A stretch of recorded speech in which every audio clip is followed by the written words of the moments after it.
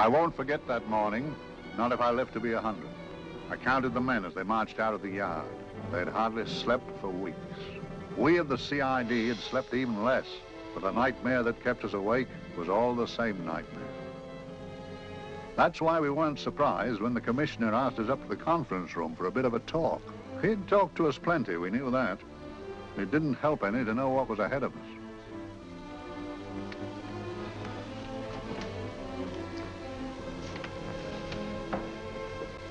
Must we have that window open, Gregson? Oh, shut it if you want to. Chief will be in enough of a temper without having a ruddy blast down the back of his neck.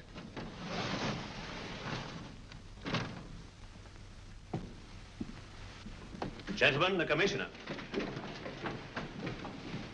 Stuffy in here. Be seated, won't you? Gentlemen, if you wish to know what able men you are, read any of the works of popular fiction that glamorize your achievements, but don't, I beg of you, read the daily papers. They might give you an inferiority complex. I hate to mention it, but we're confronted with a series of the most atrocious murders since Jack the Ripper. And in the meantime, the CID might as well be playing at shove-halfpenny for all the good we've accomplished. Now look. Here, here, and here. Each of these red flags scattered through the city stands for a woman brutally murdered, a woman's terror, a woman's death agony. These are no ordinary crimes. These are the works of a fiend who kills first and mutilates afterwards. A ghoul who hacks off a part of his victim body and carries it away with him, a loathsome souvenir of his butchery. 3 women murdered so far, and you haven't turned in one clue. You haven't given me one lead. Here you sit and wait for news of the 4th victim, with your arms folded.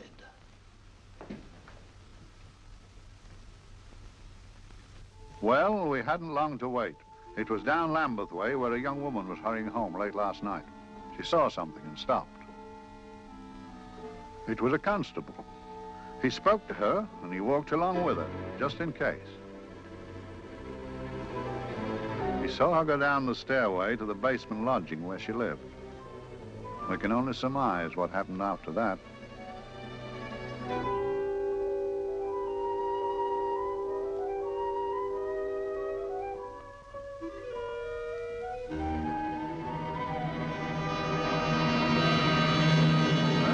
My pride in my pocket and went to see the man who'd so often helped out Inspector Lestrade and myself in the past, Mr. Sherlock Holmes.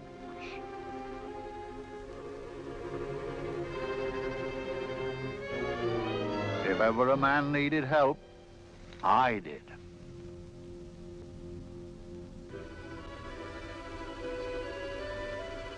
This makes 4, Inspector. 4 defenseless women here in the heart of London. And everyone with the right forefinger hacked off. Not hacked, Inspector Gregson. Cleanly, expertly severed. The work of a skilled surgeon. That's our only clue. Much about the age of my sister's girl. Is there no way of stopping this, Mr. Holmes? Yes. There's a way, somehow. The fiend that did this. I promise. I promise. We've nothing to go on, that's the rotten part of it. We can't get far without knowing the motive. Well, at least we know what the motives were not. It wasn't robbery, nor passion, thanks be, nor yet vengeance. Because they all came of totally unrelated families. Steady, Inspector, steady. Sorry, Mr. Holmes. I don't turn a hair when it's a bloke that can look after himself. A little slip of a thing like that. Yes, it's horrible. Come on, let's get a drink.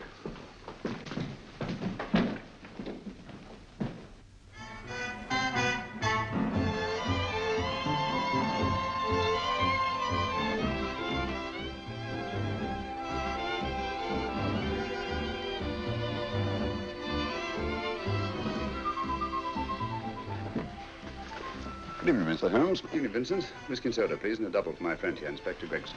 Bingo, sir. Make mine Irish. Decent of you to give me a hand with this thing, Mr. Holmes. Always a pleasure to be of help to Scotland Yard, Inspector. Little out of my line, looking for a maniac who murders just for the fun of the thing. Perhaps just to get a human finger. In all 4 cases, the murderer risked capture by stopping to secure a finger.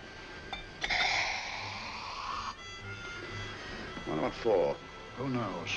He's just a madman. Perhaps there's method in his madness. If we could just trace those missing fingers. If we could just drain the English Channel, we might find a penny. Huh? Oh, thank you. You may keep those, Mr. Holmes. Thank you.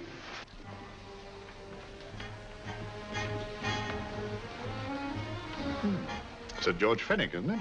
Yes. Is that his daughter with him? Don't be so naive, Inspector. You know everyone, don't you, darling? Well, hardly. A week ago, I didn't know you. A week. How fast it's gone.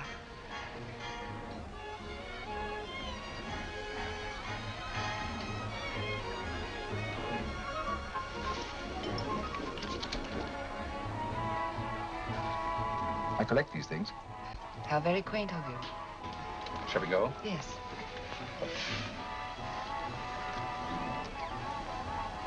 What are you looking at, Mr. Holmes?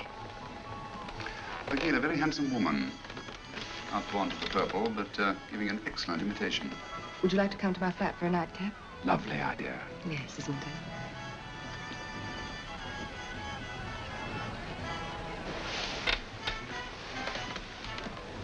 I wonder where she's taking Sir George Fenwick. Don't be so naive, Mr. Holmes.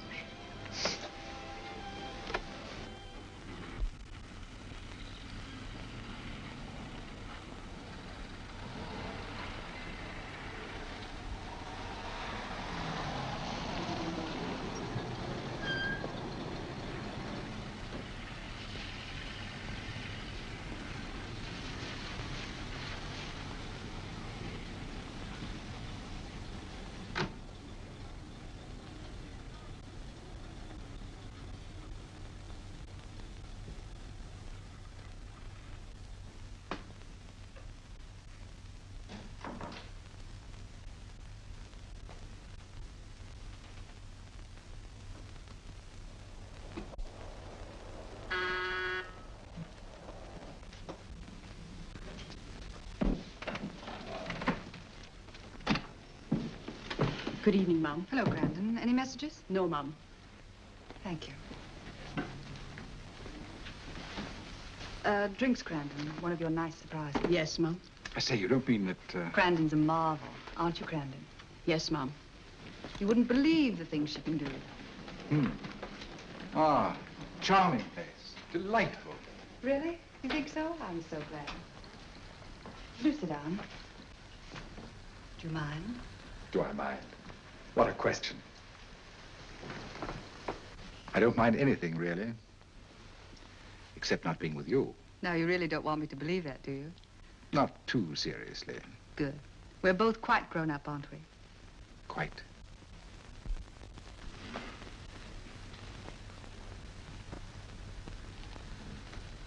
You're a treasure, Grandon.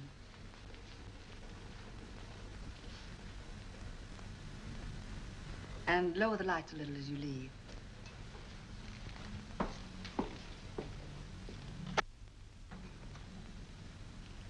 I prefer a more flattering light. In any light, you'd be... Would I? And don't you know it? Perhaps I do.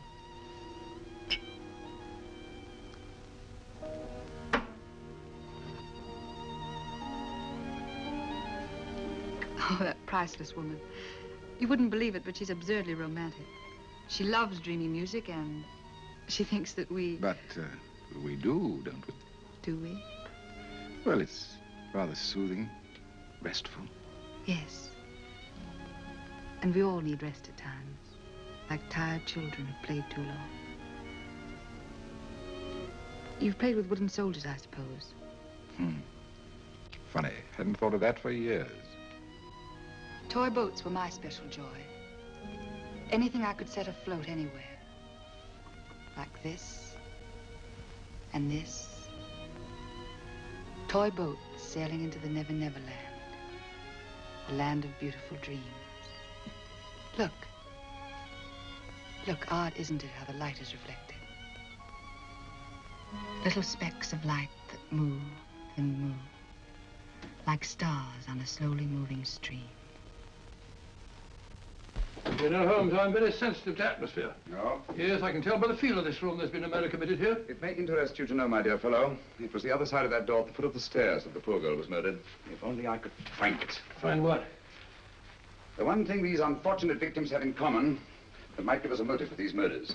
There must be something. Another Jack the Ripper, if you ask me, a homicidal maniac. No, Watson. In the case of Jack the Ripper, there was one thing in common. His victims were all from one walk of life, living in the same section of the city. In this case, the murderer chooses his victims from all walks of life and from different sections of the city. No, my dear fellow, this is not the work of a homicidal maniac. It's something infinitely more sinister. Give me the creeps. What on earth are you talking about? Watson, I'm convinced that these murders are only incidental to some larger and more diabolical scheme. That may be, but why the severed fingers? The answer to that question, my dear fellow, is our only hope of solving these mysteries. Dear sister, I am so happy. I had such a lovely holiday at Brighton with you and Alf. And I'm looking forward to being with you again. Poor little thing. Sort of raises a lump in your throat. I can picture her sitting here happily writing this letter. And I'm not bit realizing that she's shortly going to her death. Hello? Gregson. Oh, there you are, Mr. Holmes. I've been looking for you everywhere. What's happened? Murder in Edgware Road, not half an hour ago. Woman? Yes. And the right forefinger cut off clean.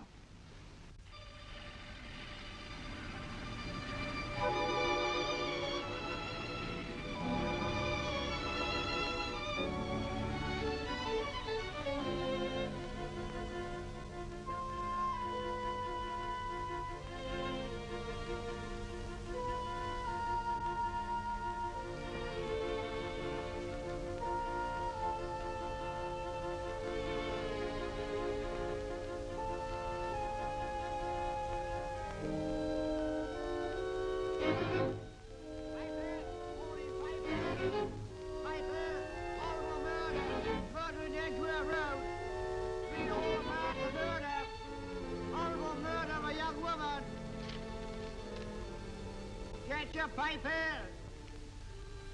Horrible murder, papers, all about the murder. Morning papers, all about the murder. Papers, horrible murder. Another young woman found murdered, papers here. Horrible murder, papers, papers, read all about it. Get your papers. Murder in Edgware Road. Horrible finger murder. Shocking murder. Murder in Edgware Road. Horrible murder of a young woman. Read all about the murder.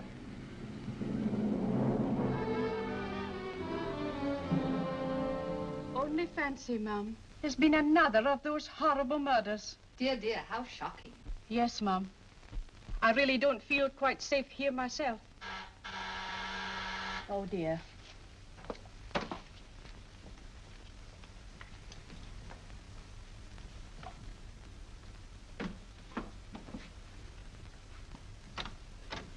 Why, Sir George! I must see Miss Marlowe at once. I don't know if she... I must see her. Where is she?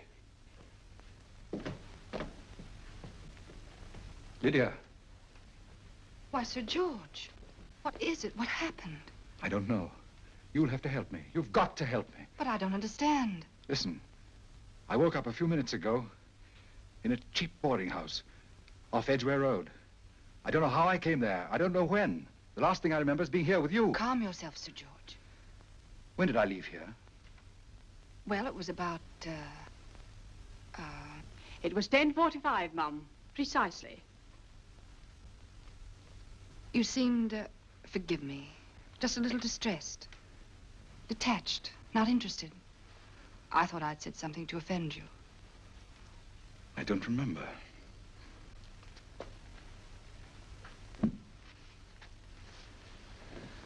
I can't remember.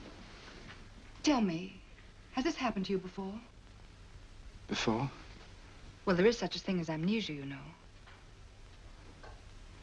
If it was 10:45 when I left you, it was 9 this morning when I woke. Over 10 hours lost. 10 hours that I can't account for. And in my pocket, when I woke, I found... Here, in my pocket. That isn't... Oh, it's not for you, of course. It can't be. Excuse me, Mum, but there's a man asking to see the gentleman. Send him away. Yes, Mum. No, please. I'll see him.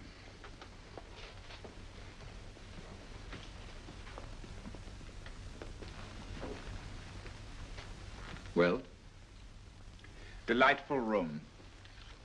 Not much like the place you woke up in this morning. You followed me here? Yes. Are you a detective? Oh, no. Quite the contrary. Don't be afraid, Sir George. You know my name? Oh, yes. A very old and highly honored name.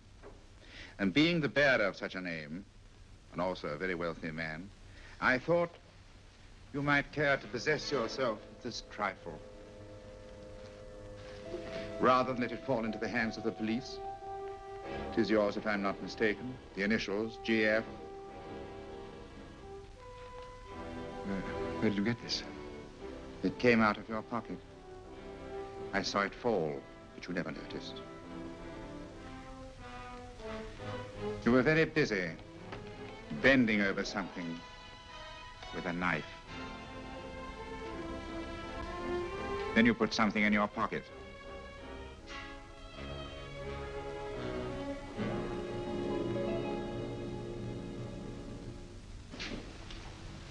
Come along, Holmes, come along, come along. How many more times must I tell you? You're missing a treat. This is delicious. Little jam tarts to follow. Aren't you tempted? You and your flesh pots. They tell me that fish is good for the brains. Brains haven't any. You realize that a whole day and a night have gone by since that bestial affair in Edgware Road? I'm as much in the dark as ever.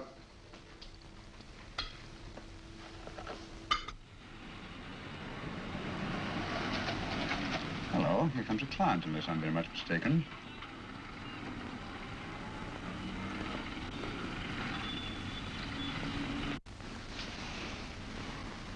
Hello, attractive. Very attractive.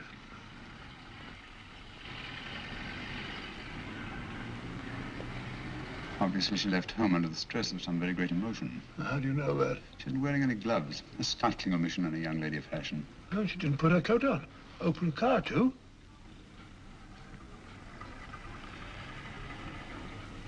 Furthermore, there's something in that bag she wants to show me. What makes you say that? The bag doesn't match her dress, indicating it was picked for size rather than style, to accommodate some bulky object. You amaze me, Holmes. What do you mention, my dear fellow?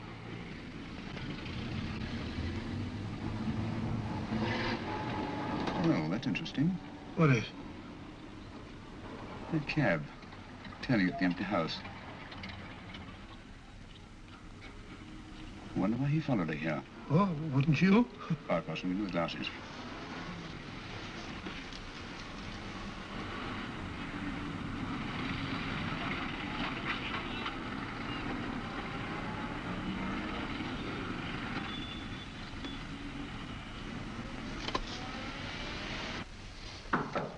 Well, we shall soon know. Yes, Mrs. Hudson? It's a young lady, sir. Most urgent. Ask her to come in. Go right in, miss. Mr. Holmes? Yes, this is my friend, Dr. Watson. How do you do? How do you do? Mr. Holmes, you must excuse me, please. Yes, well, won't you sit down? Come along. May I? It's quite all right. Thank you.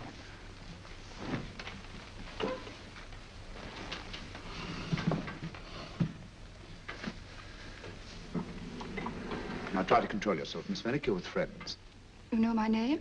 No magic, I assure you. I've often seen your picture. You're the daughter of Sir George Fenwick, aren't you? Yes. It's about my father that What about your father, Miss Fenwick? Oh, I don't know what to do. He's always been the nicest, dearest person. Only since Mother died. Yes, we do. We know. So I didn't think anything of it when he was away all night before last. But he didn't come home until yesterday at tea time. He didn't come in for dinner at all. Just paced up and down in the library hour after hour. I begged him to let me in, but he wouldn't. Steady, steady. Now take your time. I couldn't sleep a wink last night. Then I started hearing things. Hearing things? What sort of things? I heard someone in the garden underneath my window. Then I saw a figure moving down the garden path. And I recognized my father, stealing through his own garden like a thief.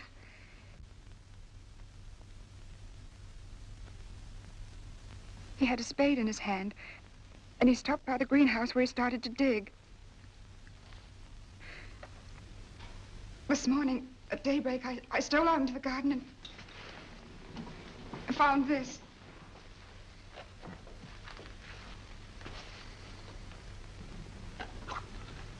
A finger. A human finger. Bring up Scotland Yard, will you, Watson? Ask them to get hold of Inspector Gregson and tell him to meet us at once at George Finnick's house, Kingston. Operator, get me Scotland Yard quick. Where's my father, Norris? He's still in the library, miss. Thank you. We'll see him right away. Will you come with me, please? Thank you. I got your message, Mr. Holmes. Yes, indeed. Dad, may I come in? Dad. It's funny. He doesn't answer. Do you mind? Please do. Thank you. Watson, quick. Oh, Come along, no, my dear. no, no. Take charge, Miss Finnick, please. Sorry, sir. No, miss, please. Please come along with me.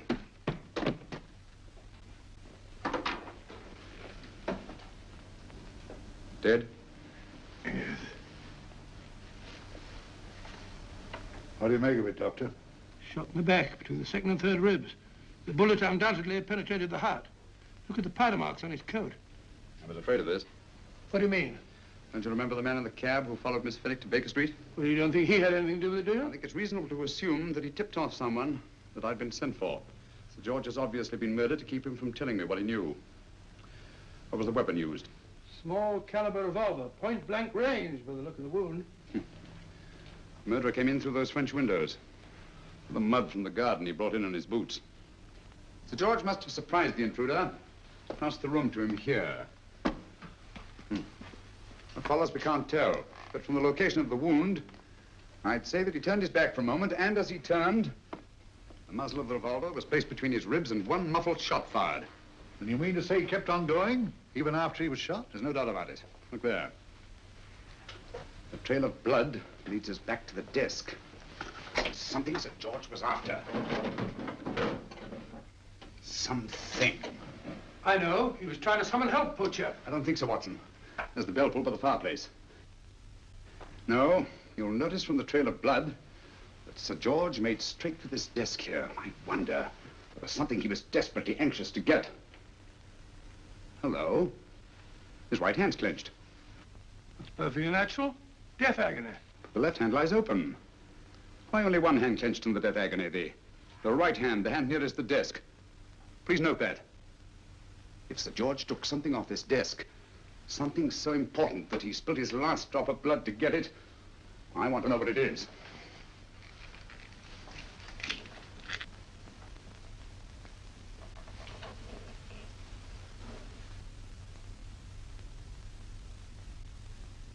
It's nothing but an ordinary match folder. Where does that lead us? I imagine to something very important, Gregson. This match folder's from Pembroke House. Why shouldn't it be? He was there, you know. We saw him yesterday. Yes, but the effort he made after he was shot to get hold of this match folder. It's just possible he wanted someone to remember Pembroke House. He may have wished to recall it to someone who saw him there. Someone who, like ourselves, saw him with a woman.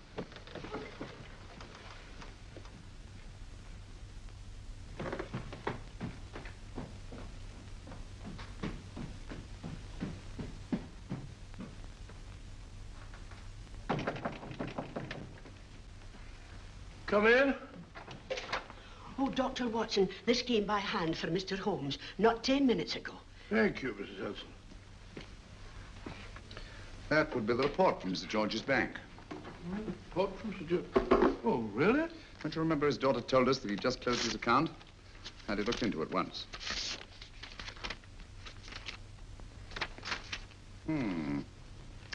He drew out his entire balance in cash, nearly £10,000, yesterday, just after that young woman was murdered. What does that suggest to you, Watson? But he paid it out to someone. Precisely. I smell the faint, sweet odor of blackmail. You don't think he paid it out to someone who saw him murder the McLean woman? Sir George never murdered anyone. But he did have that woman's finger, and he evidently did have and pay out a lot of cash. That's the terrifying part about blackmail, Watson. The victim is afraid to fight the accusation, no matter how false.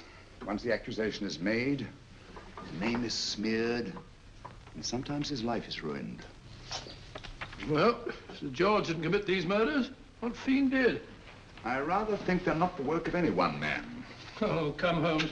You don't expect me to believe there's a whole organization going about killing people and chopping off their fingers. No, it's possible, quite possible. Well, whoever's behind all this thing must be out of his mind. On the contrary, my dear fellow, if my assumptions are correct, this little scheme has behind it the most brilliant and ruthless intellect the world has ever known.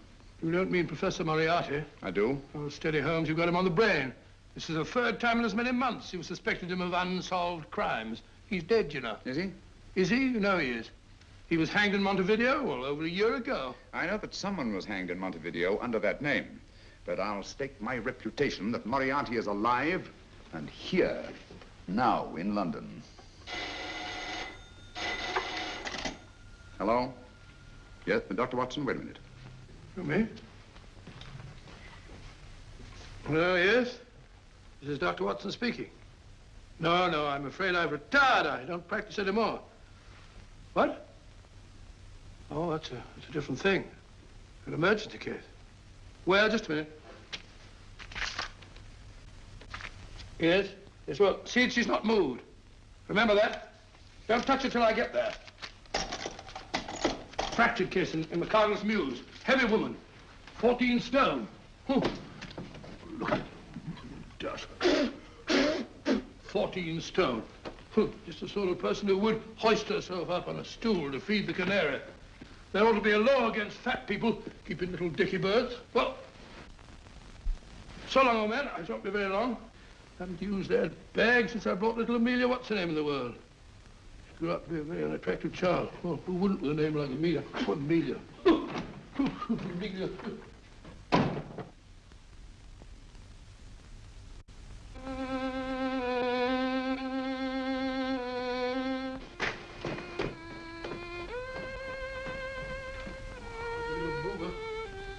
People are so stupid about accidents.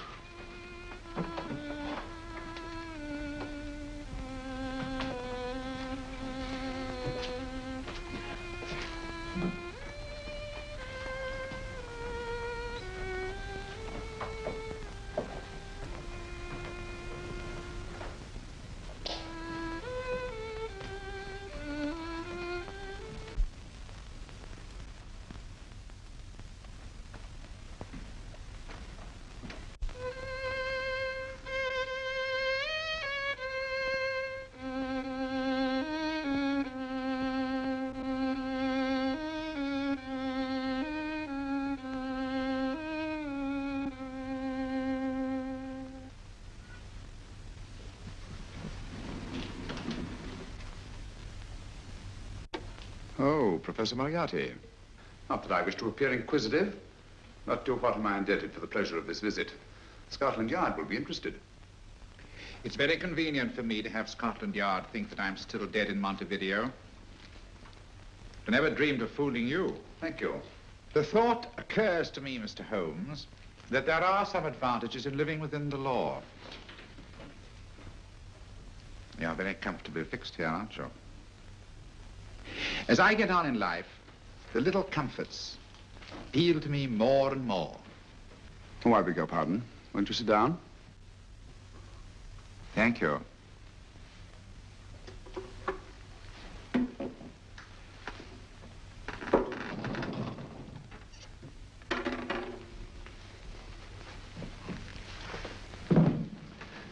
And now, Professor Moriarty, what can I do for you? Everything that I have to say to you has already crossed your mind.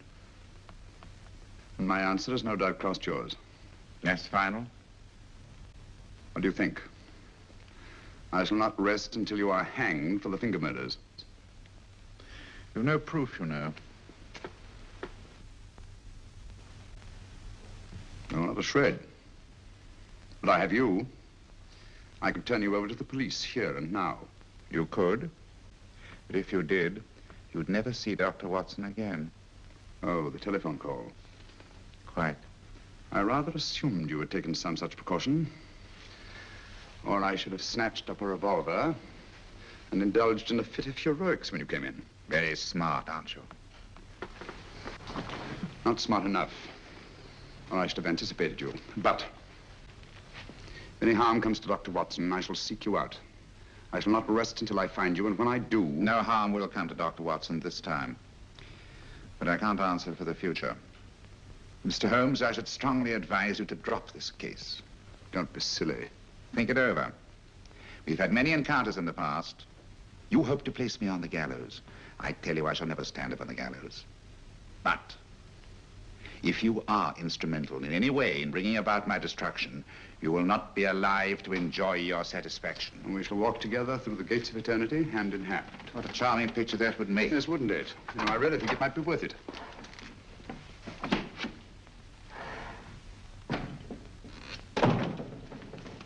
Shoelaces, Governor? Tuppence a pair. And strong enough to hang yourself. How many more times since I tell you I don't want your filthy shoelaces or your company? Shoelaces, Governor? Blasted impertinence. Run along, my good man, or I'll give you in charge. Shoelaces, Governor? Shoelaces, Governor? Help a poor bloke. What's only got one arm? Any luck with Mr. Holmes? You can read his obituary in tomorrow's papers.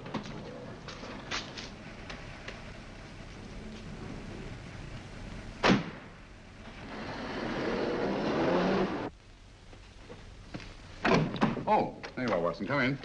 I was, just going out to look for you. Look for me what for? Suppose you don't think I know my way about.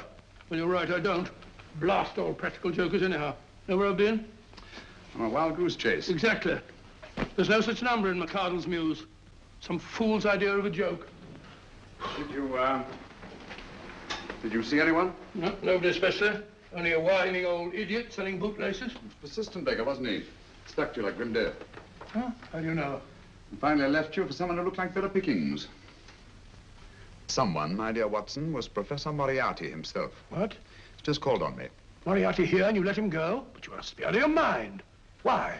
Well, he bluffed me into believing that he was holding a friend of mine as hostage. Friend of yours who? Oh, nobody very important, just a fat, lazy fellow. Medical man, I believe. Medical man? Do I know him? Yes, I think you do. A fellow by the name of Watson. Watson, never heard. Who, me? I'm afraid so, old fellow. Your street hawker's job was to do away with you in a certain contingency. And you let Moriarty go? Because of me? I had no choice. I can't afford to lose you, old fellow. Well, it's very decent of the old chap, I must say, but... I wish you'd nabbed him. We shall, never fear. I know the motive for the finger murders. All I have to find out now is the method used with the blackmail victims. Method? Yes. How does Moriarty get them to the scene of the crime? How does he plant those severed fingers on them? And how does he scare them into believing that they may have committed those atrocious murders themselves? Curious.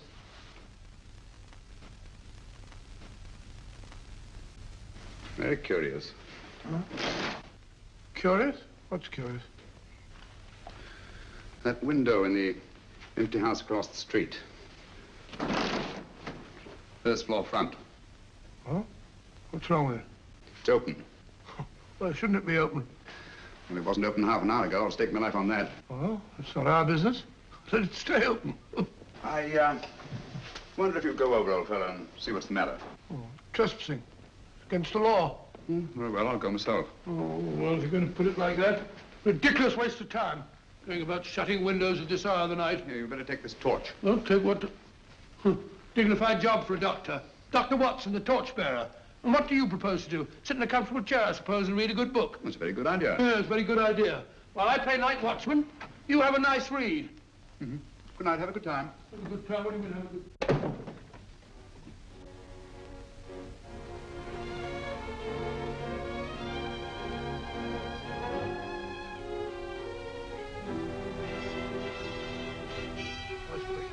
and everything.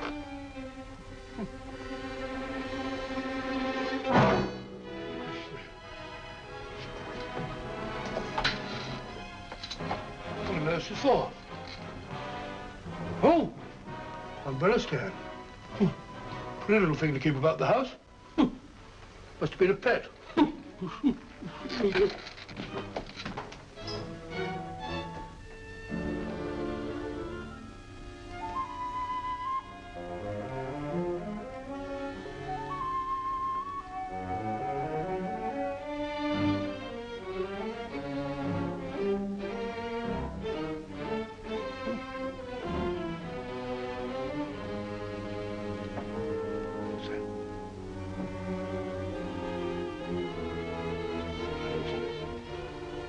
Right, Barbara.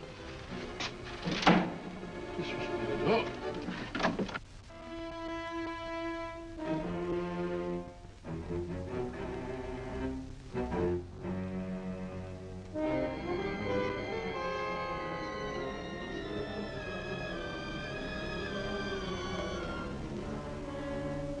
While he sits comfortably reading a book.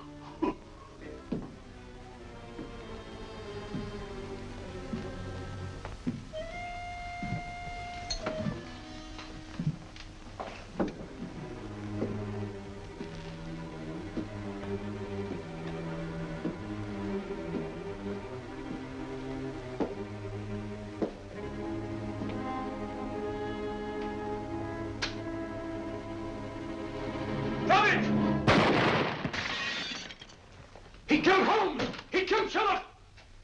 Watson. You? But I saw him shoot you a second ago. Not me, my dear fellow. Merely the bust of Julius Caesar. Incidentally, you may have noticed that all through the ages, prominent men have prominent noses. Shh. Oh, I'm afraid we're in for terrible trouble again with Mrs. Hudson. Windows smashed, plaster all over the floor. Get up, you. Corporal Williams, Middlesex Regiment. Discharged from the army as physically unfit. Papers seem in order. Now, Corporal Williams, you've seen service in the Far East, haven't you? The East? I thought so.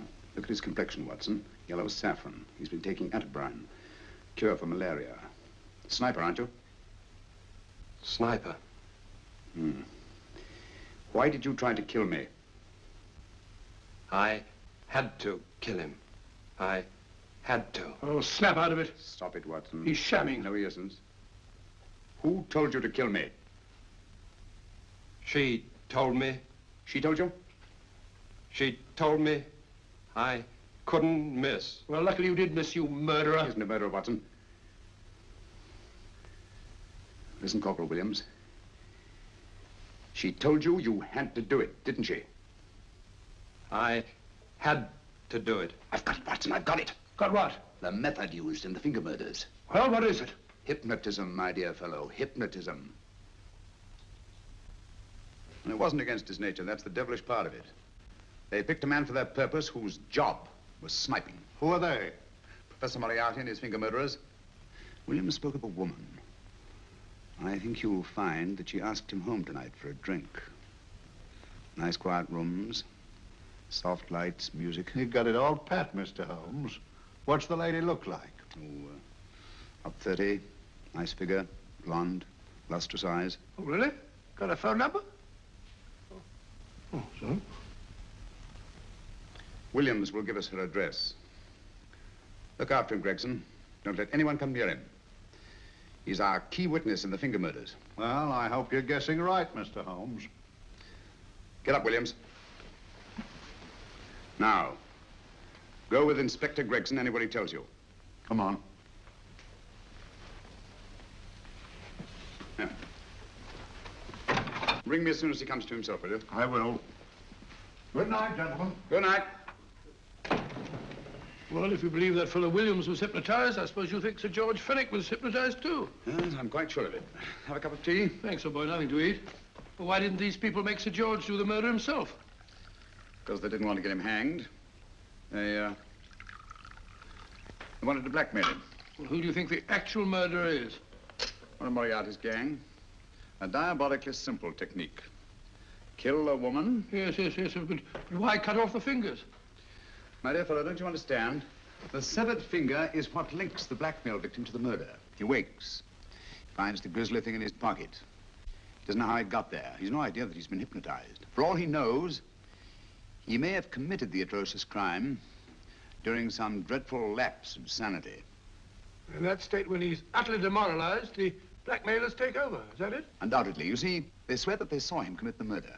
And being human, the victim will pay anything rather than stand trial on a charge that will make his very name loathsome. Oh, it all fits in if you believe in hypnotism.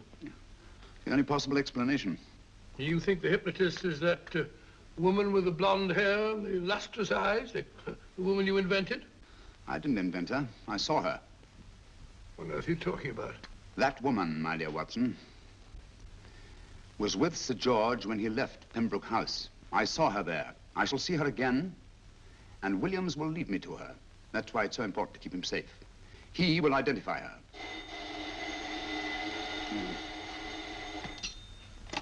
Hello? Yes?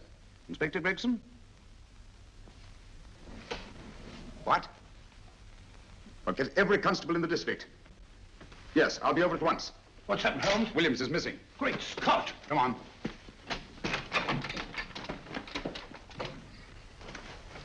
Lorry crashed into Gregson's car. During the confusion, Williams disappeared. Escaped, eh? No, kidnapped. To keep him from talking when he came to. You don't think that Moriarty... Moriarty? Anything is possible.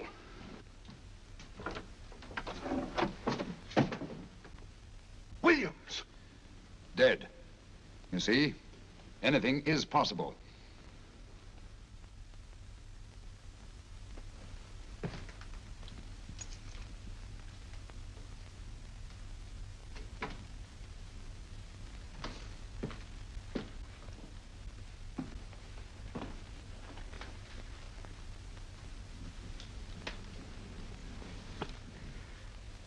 Oh, good morning, Professor Moriarty. You startled me.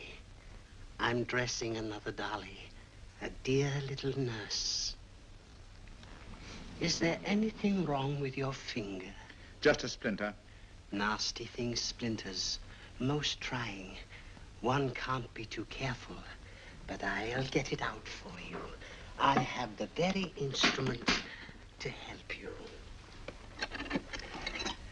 Sharp enough to split a hair. Put those tools away until they're needed. But they're not tools, sir. They're instruments. Put them away. Is Lydia in? Yes. But really, you should let me. Get dressed. Holmes and Watson just left Baker Street for the Mesmer Club. Mesmer Club, the meeting place of all the top hypnotists in London. Do you suppose that Mr. Holmes is onto our method? If he suspects, it's merely a suspicion. It's our business to see that it ends there. I hope you're right. Williams passed away before he could talk, remember? What do you want me to do? Go to the Mesmer Club, meet Holmes, and induce him to come back here.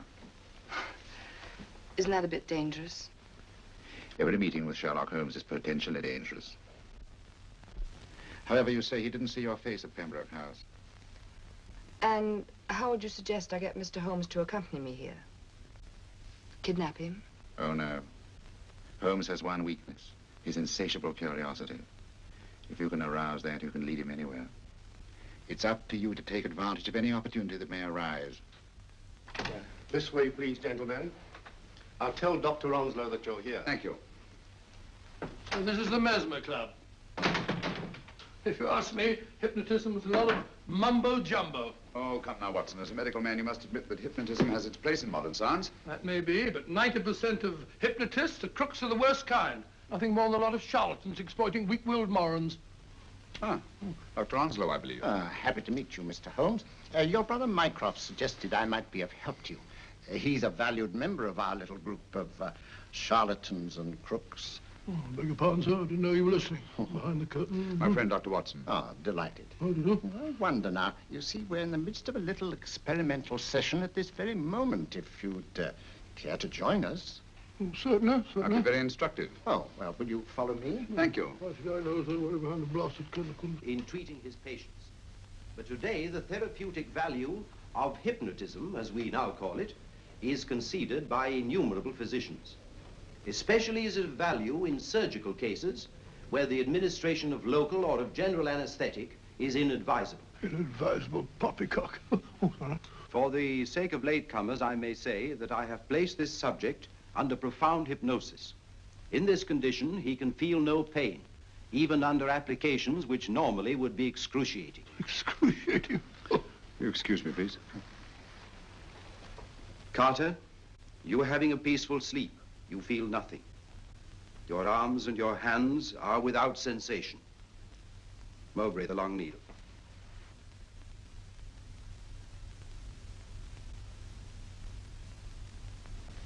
Carter, give me your right hand.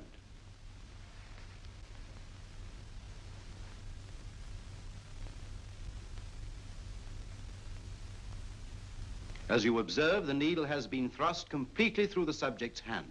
No feeling, no pain.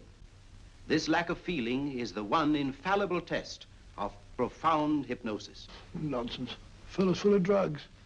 Well, isn't he? Definitely not, Doctor. Wake up, Carter, wake up. You feel well and rested, remember. No pain anywhere. Wake up, wake up. I say, when are you going to begin? All through, Carter. Stand up. This way, sir. And, are these all the people that come here? Oh, no, no, no. Others keep dropping in all the time. I suppose it's all right for those who believe in it, but of course, I'm a professional man myself. Then you don't believe in hypnotism, Dr. Watson? Oh, I don't deny that there are certain types of hysterical, feeble-minded people who go under if you point your finger at them. But anyone with an ounce of character... How right you are.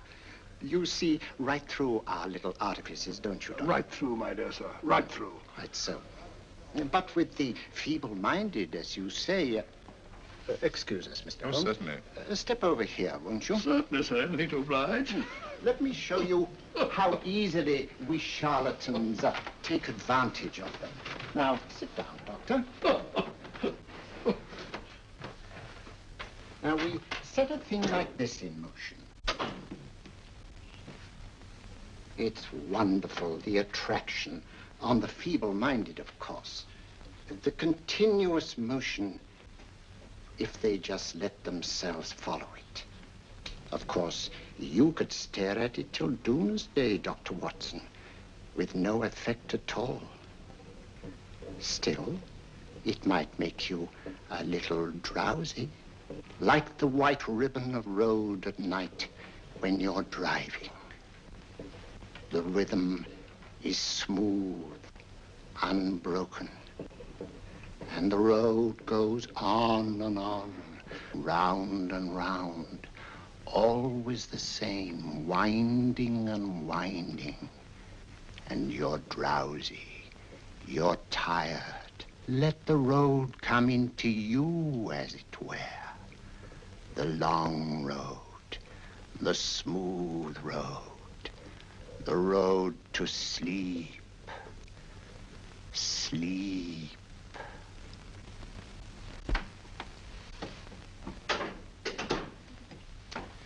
Open your eyes. Stand up. Turn around. And now, Dr. Watson, you're on a holiday in Scotland. The country is amazingly beautiful. We're coming to a stream. It isn't deep. Better take your shoes and socks off.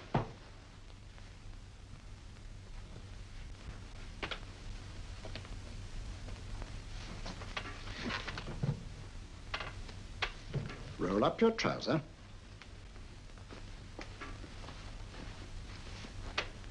That will do. The other leg is waterproof. Turn around. Mind the pebbles.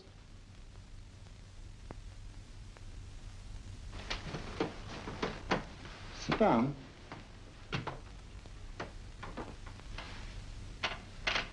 Wake up now.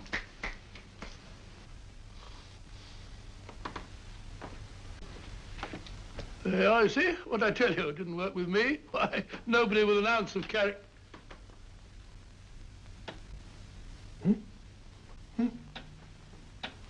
I think you'll need these.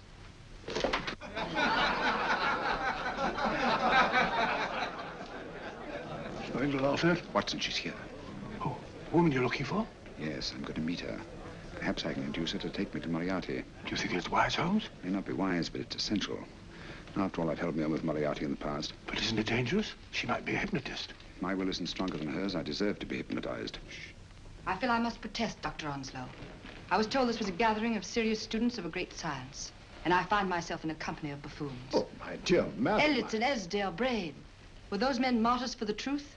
That you may laugh over your childish, cruel tricks? I must say I'm in complete agreement with you, madam. This was most unnecessary performance, Dr. Onslow. Beg your pardon, sir. My name is Holmes, Sherlock Holmes. At your service, madam. Thank you, Mr. Holmes. I'm afraid I've created a rather embarrassing situation.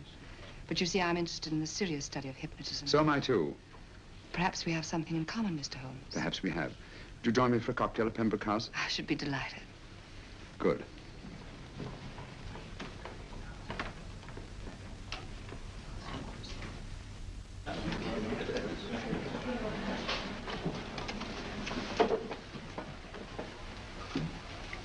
Thank you. I didn't know there was such a pleasant place in London. It was so nice of you to suggest our coming here. I thought a little picking-up would do us good. You mean you thought I looked... I like the way you look. Thank you. I suppose I did lose my head a little at the Mesmer Club. But you see, hypnotism is almost a religion with me. I know so well what it can do to help and heal. And I can't bear to see it used for trivial purposes. I know very little about it. That's why I went to the Mesmer Club. You see, I'm rather puzzled just now with the case that I'm working on. How fascinating. Tell me about it. It's the murder of Sir George Fenwick. Fenwick? Who's he? Quite a well-known figure. Odd now I come to think of it. Last time I saw Sir George was here at Pembroke House. Strange. Yes, isn't it? He was sitting, I believe he was sitting at this very table. Cigarette? Thanks. Do go on. There was a charming lady with him. He was lighting a cigarette.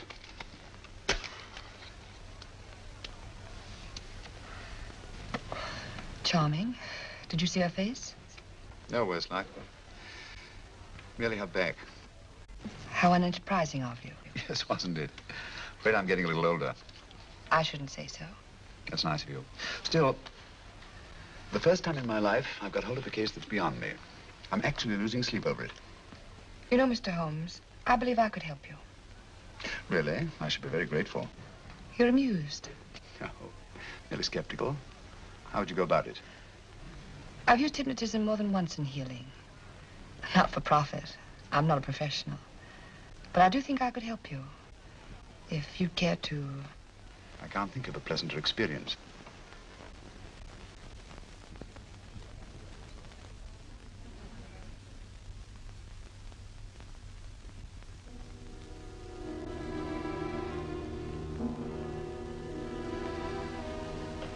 Low lights, music, is that all there is to it?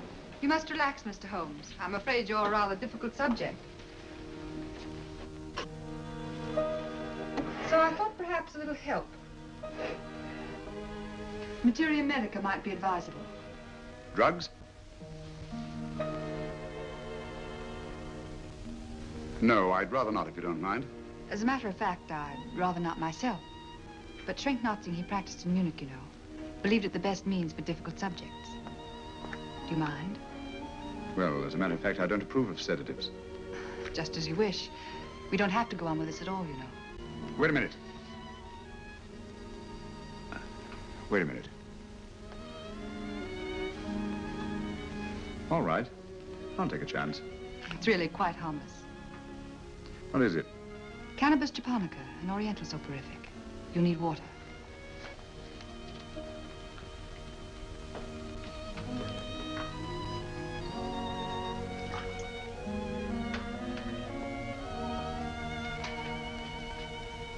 Thank you.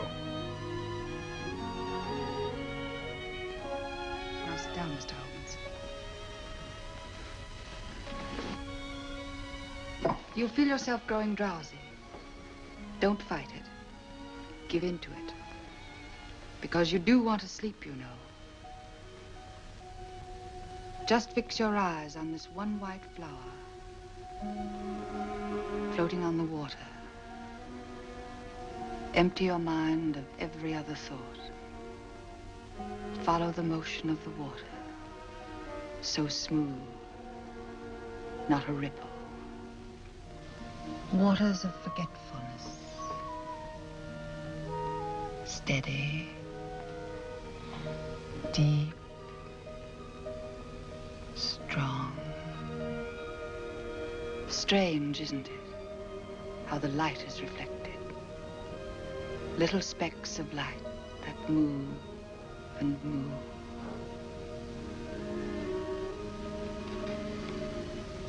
It's restful here. It's peaceful. It's friendly. And you're very close to finding what you're looking for. You'll find them soon now. The guilty ones. When you're rested, gentle waters closing over you. Steady, deep, strong. Drawing you down, down, down.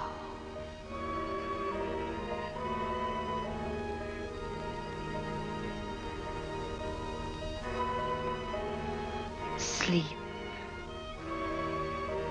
Sleep. Sleep.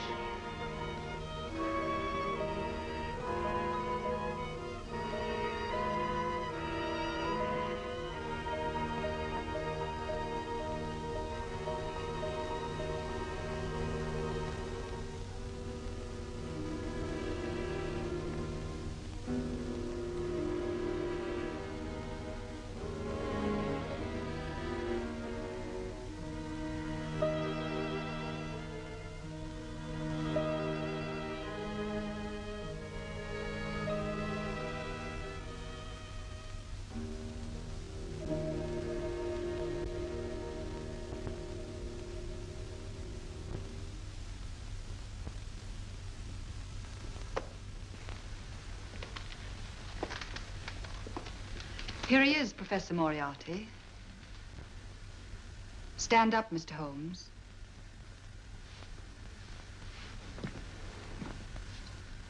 Open your eyes.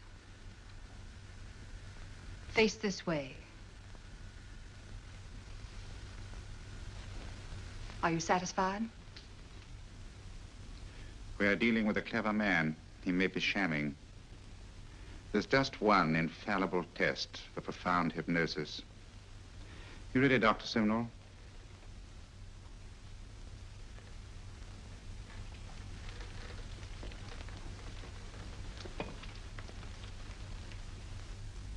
That will do, Doctor. He couldn't fake insensibility to the knife. I congratulate you, Lydia. Turn round, Mr. Holmes. Now walk to the desk.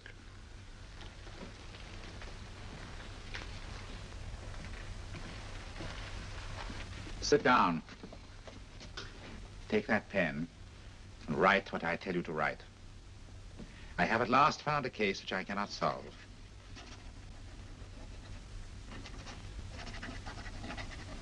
I have outlived my usefulness. Therefore, I have decided to end my life.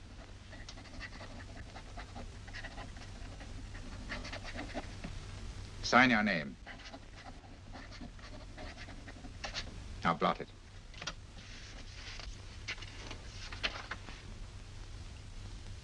Fold it up and put it in your pocket. Come, Mr. Sherlock Holmes. Go out onto the terrace. But it won't look like suicide, sir. I'm sorry, but Mr. Holmes' injuries must all be self-inflicted. Let's walk a little, Mr. Holmes. It's so pleasant here in the garden.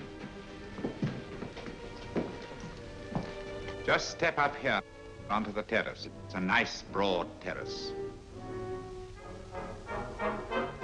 Now turn to the left and walk slowly to the end of the terrace.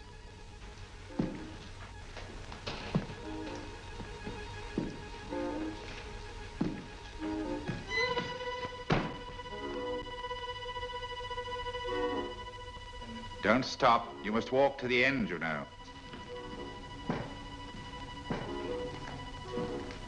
The end leads to an open doorway. You can pass through it in perfect safety.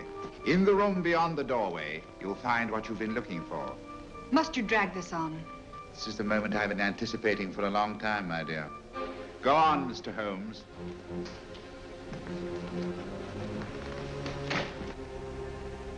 Through the open doorway, you will find the man responsible for the finger murders and the death of Sir George Fenning.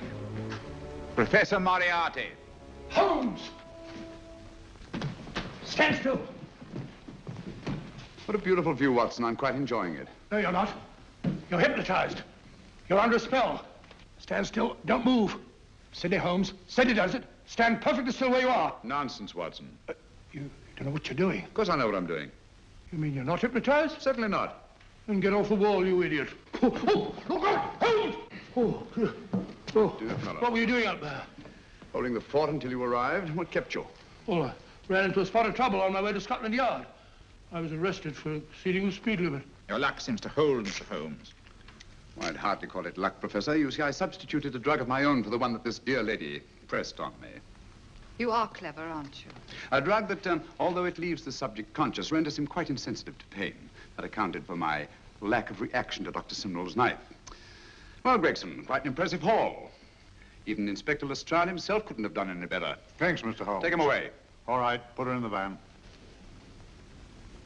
I was right, Mr. Holmes. You are a difficult subject. Thank you. And now, Professor, our score is settled. Au revoir until I see you on the gallows. The rope has not been made that'll go around my neck. Come on.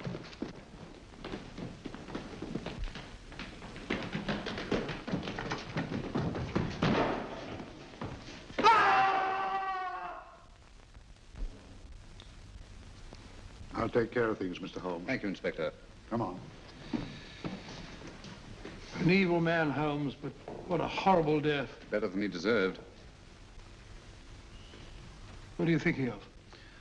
I'm thinking of all the women who can come and go in safety in the streets of London tonight. The stars keep watching their heavens.